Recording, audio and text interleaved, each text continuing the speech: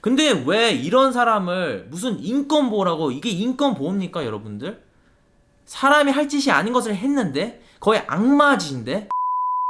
안녕하세요 여러분, 반갑습니다. 저는 사실은 공포영화를 못 봅니다. 하지만 오늘 웬만한 공포영화보다 훨씬 더 무섭고 그리고 잔인하고 사실적인 그런 이야기를 제가 봤는데, 바로 시사인 궁금한 이야기 Y편의 공포의 치과의원이라는 편을 제가 보게 되었습니다.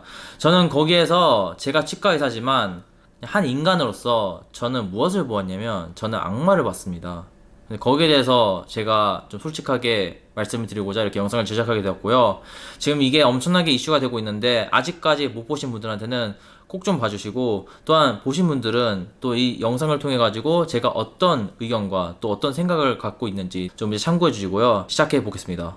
먼저 몇몇 환자 사례들이 있는데, 그중 한 분은 이런 과잉 진단 진료, 사실 저는 과잉 진단 진료라고 말하고 싶지도 않아요. 왜냐면 이것은 그 수준을 뛰어넘기 때문이죠. 이제 사기 수준인데, 사기 수준이 아니고 그냥 사기죠. 그런데 이것을, 이런 말도 안 되는 부정적인 부합당한 치료를 받고, 그리고 어떻게 된 것이냐면, 이 환자 같은 경우는 신경이 다 죽어가지고 더 이상 이 입술 모든 것이 마비가 돼가지고 아무것도 안 느끼고, 그리고 자기가 자신이 침이 입에서 흐르는지도 느끼질 못한대요. 어떤 분들은 건조증이 심해가지고, 그리고 어떤 분들은 얼마나 심각하냐면 치아에 아무런 이상이 없는데도 모든 치아를 갖다, 예를 들면 어금니 같은 경우는 다 발치해가지고 임플란트를 다 심고, 어떤 임플란트를 너무 낮게, 어떤 임플란트를 너무 깊게, 거의 웬만한 이 작은 어금니 에서부터 견치, 즉 절치까지 모든 치아를 갖다 위에서 아래 신경치료, 그리고 포스트, 보철까지. 자, 저는 이것을 봤을 때 이게 사람이 할 짓인가? 저는 이 영상을 처음 봤을 때 좀 살짝 눈물이 나올 뻔했어요. 왜냐하면 너무 어이없어가지고. 지금도 좀 초크 먹으면서 하고 있는데, 그러니까 치과 의사 그 진단이 이제 10명이 있으면요, 10명 다 똑같을 수는 없어요. 이게 어떤 분은 뭐 좀 과잉적으로 할 수가 있고, 어떤 분은 좀 소극적으로 할 수 있고, 어떤 분은 뭐 중간 사이가 될 수 있고. 그래서 예를 들면 뭐 2차 같은 경우는 우리가 뭐 최선을 다해서 살릴 수 있다, 2차는 살릴 수가 없다, 발치를 해야 된다, 뭐 이런 경우가 있을 수 있잖아요. 약간 의견이 살짝 좀 충돌할 수는 있어요. 그런데 어느 정도 그 선을 지킬 수는 있어야 되는 거예요. 결국에는 궁극적인 목표는 이 환자를 위해서 치료를 해야 된다는 것이에요. 이 치아를 살리든 안 살리든 뭐가 제일 베스트인지. 그래서 어떤 치과 의사분은 이렇게 생각을 할 수 있고, 어떤 치과 의사분은 이렇게 생각할 수 있고. 근데 그 상식을 그냥 다 깨고, 그냥 완전히 이거는 그냥 다 치료하자, 그리고 치료도 간단한 치료가 아닌 그냥 신경치료, 뭐 보철, 뭐 발치, 임플란트, 뭐 그냥 치아 진료비를 때릴 수 있는 거 다 때려 붙자, 모든 치아에. 제가 비유를 말씀을 드릴게요. 뭐 밖에 나가서 살짝 뭐 여기 외상을 입었어요. 팔에 뭐 긁혔어요. 살짝 피가 나요. 제가 뭐 병원에 갔어요. 선생님이 다 보시더니 여기 문제가 있네요. 이 팔은 좀 못 쓸 것 같아요. 이거 그냥 어쩔 수 없이 이게 더 전이가 되기 전에 그냥 팔을 절단하고 그냥 인공팔을 부착해야 될 것 같아요. 문제가 없는 치아들이었는데 과잉 진료 진단 수준을 뛰어넘어가지고 모든 보철이 된다. 여기서 끝나는 게 아닙니다, 여러분. 아까 어떤 환자분께서는 이제 되게 나이도 어리신 젊으신 여성분으로 이제 추정이 되는데, 모자이크가 되었지만 그 분은 일단은 신경치료, 기둥까지, 포스트, 그리고 보철까지 앞에 다 하고, 임플란트도 제대로 완성이 안 된 상태에서 교합이 망가졌어요. 치과 의사들이 제일 무서워하는 것 중에 하나가 교합입니다. 자, 교합이란 무슨 얘기냐면, 음식물을 씹을 때 어떻게 하나요? 치아를 이렇게 닫죠? 그게 바로 교합입니다. 영어로는 occlusion이라고 하고. 제가 아까도 말씀드렸지만 신경치료랑 보철이 전체 모든 치아가 된 그런 치아 같은 경우는 예전 상태보다 훨씬 약해졌기 때문에 파절이 될 확률이 매우 큽니다. 근데 이게 앞에랑 위에 모든 치아가 다 그렇게 돼 있다고 하면 과연 그 교합을 이겨낼 수 있을까? 쉽게 부러질 수 있고, 그러면 나중에는 어떻게 되냐면요.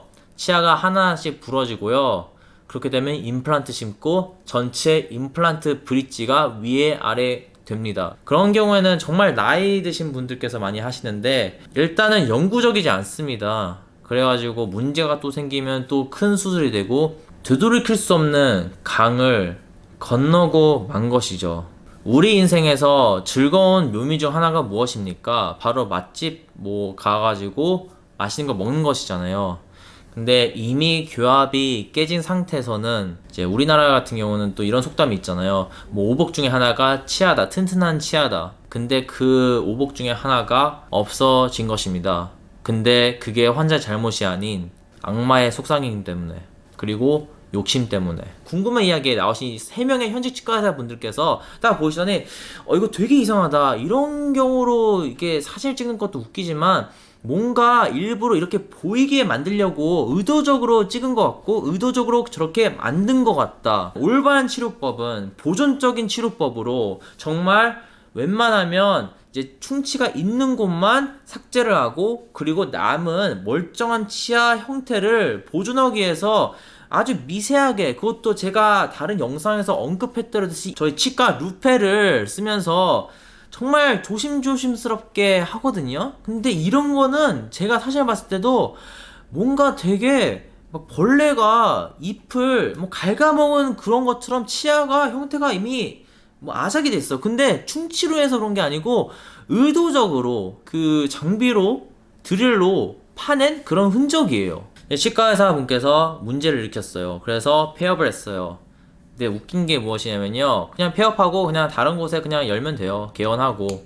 그러면 마치 뭔가 되게 신문 세탁을 하면서 다시 열 수가 있다는 것이죠. 그러면 아무런 문제 없이 그냥 하는 것이고, 외국에서는 캐나다나 미국이나 호주에서는 절대 불가능해요. 왜냐면 일단은 이런 경우는요, 소송이 들어가잖아요. 거의 완전 말도 안 되는 이 정도 스케일의 과잉 진단, 과잉 진료 떠나서 완전 사기 수준이면요, 소송 걸잖아요. 무조건 져요, 치과의사가. 예, 백업을 할 수가 없기 때문에. 이건 백업 할 수 있는 그런 이유조차, 변명조차가 없죠. 다 뻔히 나오는데. 그리고 한국과 달리 외국에서는 환자분들께서 온라인상으로 리뷰를 다 작성을 해요. 그렇기 때문에 어느 정도 이 사람의 신뢰도를 나름 이제 검증을 할 수 있거든요. 자, 그런데 우리나라 같은 경우는 그런 것이 좀 힘들지 않습니까? 그래서 이게 좀 슬픈 현실이에요. 그래서 미국이나 캐나다나 호주 같은 경우는 이런 식의 말도 안 되는 사기적인 진료를 하잖아요. 그 치과의사, 저는 치과의사라고 말하고 싶지도 않아요. 근데 그 사람은 법적으로 처벌을 마땅히 받습니다. 다만 우리나라는 아직까지 법적으로 그런 부분이 많이 미약하기 때문에 환자분들의 보호가 더 필요하지 않나 싶기도 하고, 또 법적으로서도 이런 부분이 많이 개선돼야 된다고 저는 엄청나게 생각을 합니다. 이런 사례가 정말 발생하면 안 되고요. 또는 치과에서도, 치과 의사분들 중에서도 정말 실력이 좋으시고 정말 성실하시고 정말 양심적이시고, 그리고 환자분을 위해서 엄청나게 케어해주신 치과의사분들도 정말 많습니다. 근데 이런 분들 때문에 이 사회에서 치과 의사에 대한 이미지가 추락했다는 것은 정말 안타깝고, 제가 한 가지 또 말씀을 드리면, 여기 이 궁금한 이야기 마지막 부분에 어떻게 써져 있냐면 2015년부터 2018년까지 면허 정지된 의사들 중에서 41명이 계시는데 41명 중 40명이, 딱 한 명 제하고 40명이 면허를 재발급 받았다고 나옵니다. 외국에서는 그런 사례는 정말 보기가 어렵습니다. 또한은 외국에서는 일단은 공개적으로 다 이유 포함되어 있어가지고 왜 이 의사가 면허가 정지되었는지, 예를 들면 환자나 어시스턴트, 스태프를 성추행했다, 이런 이유가 있으면 다 써져 있고, 그리고 이름까지 전체 다 공개됩니다. 환자분들이 볼 수 있게. 왜냐면 제일 중요한 것은 환자분들의 보호기 때문에.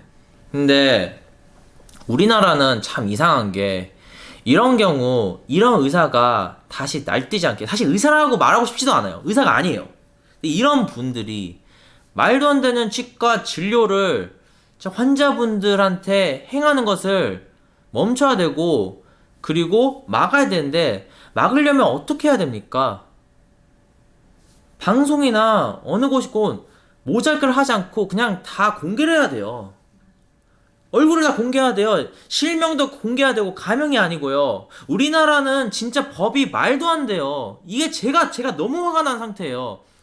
제 2차, 3차 이런 사고가 발생하면 안 되지 않습니까, 여러분들? 근데 왜 이런 사람을 무슨 인권보호라고, 이게 인권보호입니까, 여러분들?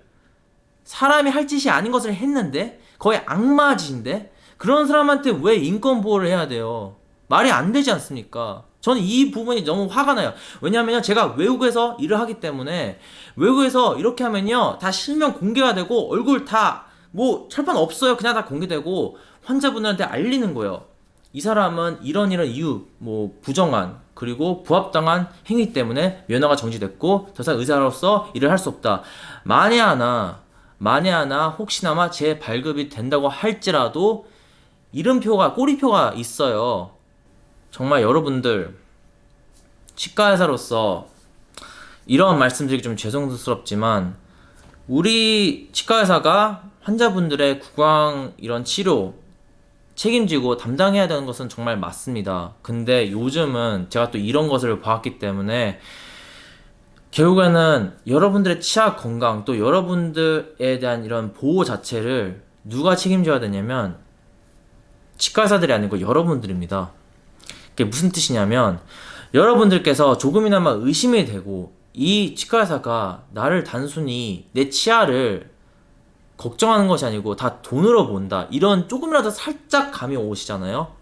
그러면 당장이라도 어떤 치료를 받지 마시고 거기서 찍으셨던 파노라마 사진, 뭐 구강내 사진, 모든 걸 다 받으셔가지고 다른 치과로 가셔가지고 몇 군데 들리세요. 그리고 다른 치과 의사분들 말씀을 좀 들어보세요. 뭐 살짝 의견이 다를 수 있겠지만, 정말 이 정도의 뭐 8개, 뭐 10개 다 치료해야 되냐, 뭐 임플란트, 뭐 신경치료 물어보세요. 그 중에서 5군데 다 들렸는데 뭐 4-5군데에서 이거는 좀 아닌 것 같은데요, 이렇게 말씀을 하시잖아요. 그러면 의심을 해도 좋습니다. 결국에는 여러분들 몫입니다. 이건 제가 좀 이렇게 말씀드리면 좀 비겁할 수 있겠지만 어쩌겠습니까?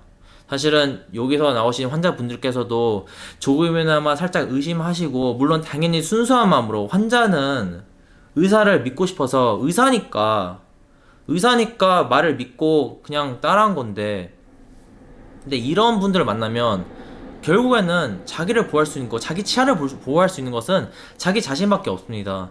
자기 자신의 감을 믿고, 그리고 다음부터 이런 행위랑 또 이런 사기 행각이 일어나지 않게끔 저는 정말 간절히 믿고 싶고요. 그리고 이게 빠른 시일 안에 대한민국에서도 어느 정도 환자분들을 보호해줄 수 있는 그런 개정된 법안이 나왔으면 하는 제 바람이고요.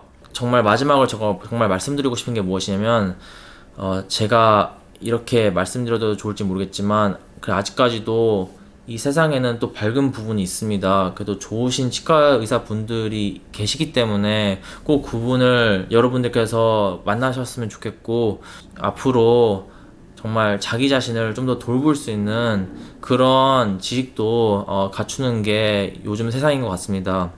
아무튼 저는 유튜브를 통해 가지고 다음 영상에도 여러분들한테 좀 더 유익하고 좋은 정보로 찾아뵙고요. 아무튼 여러분들도 건강하시고, 저는 또 다음번에 좀 더 좋은 모습으로 찾아뵙겠습니다. 네, 감사합니다.